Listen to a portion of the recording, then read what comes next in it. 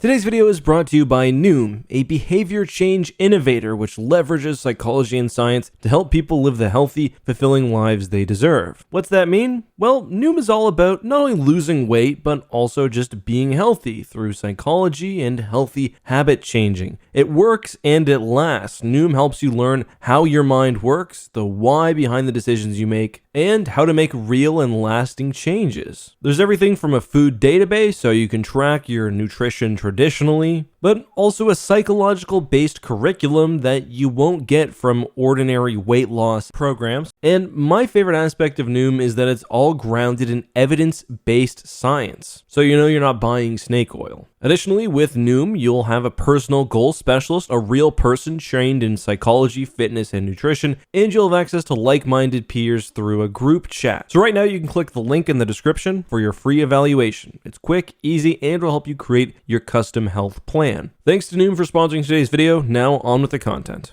Hey guys, this is EckhartsLadder. Hello and welcome to another video over here on EckhartsLadder. Now, I usually do cover gaming stuff over on my second channel, X2, so if you want more coverage of whenever we do actually get some Star Wars news, plus everything else we do over there, including a really cool Versus video we've got tonight, I'll put a link in the upper right-hand corner. Anyway, let's talk about E3, because once again, it's another E3 without any Star Wars news. Not a drop. Now, this wasn't necessarily surprising. If we do get any Star Wars news, it will probably be at EA Play, but I mean, I was still holding out a little hope. I mean, we had the Ubisoft conference. It was very possible that we could have got a teaser for whatever Star Wars game they're working on, and some people even thought that the Avatar reveal was going to be something Star Wars related because it teased ties to a big media company and a pre-existing universe. We also, of course, had a Nintendo event, and it was very possible that we could have seen Star Wars Hunters there. For those who don't know, Star Wars Hunters is not the most exciting game of all time, but at least it's something. It's essentially an upcoming mobile game that's also being ported to the Switch. It seems like it'll be some sort of competitive experience. And I think my friends over at Star Wars HQ actually said it extremely well. Star Wars Hunters was a complete no-show at the Nintendo live stream. We still have EA Play,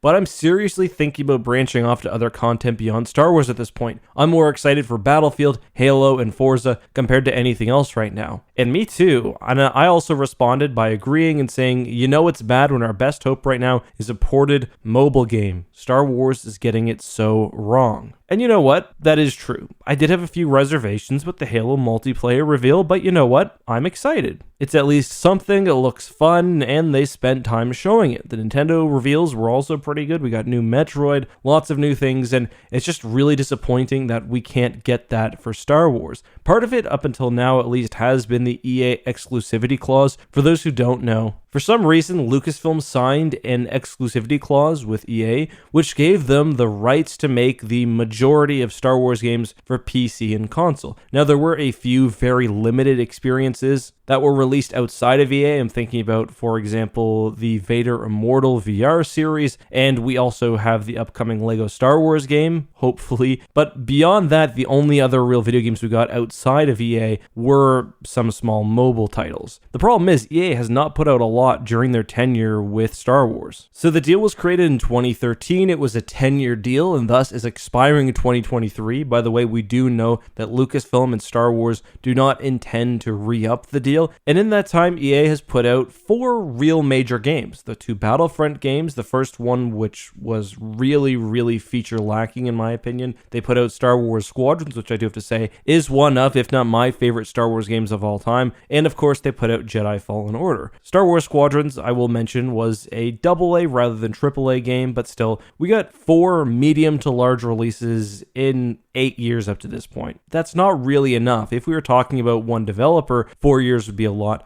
But the thing about EA is they're a publisher and they have multiple development studios working for them. For example, the Battlefront games were made by DICE, Respawn did Jedi Fallen Order, Motive did Star Wars Squadrons, etc. So the only studio that really put out multiple games was DICE, and that's just not great. We do have Jedi Fallen Order 2 coming at some point in the near future. The last game was released in 2019. We'll probably see the next one in 2022 or 2023. But yeah, there's just not a lot of games there, and that's, to be frank, really, really disappointing. Some of this is probably also due to the pandemic. I'm guessing the pandemic really affected the development of a lot of major games. Halo, for example, is probably not where it would have been had COVID not hit. I think under normal circumstances, we would have seen Lego Star Wars at E3, although the game would probably have been released by now anyway. But yeah, things are in a really tough period right now, and they're going to be bad for the next few years. As I said, the exclusivity deal expires in 2023. What that means practically is that there's probably a few studios, or at least Ubisoft, we know for sure, working on a Star Wars game,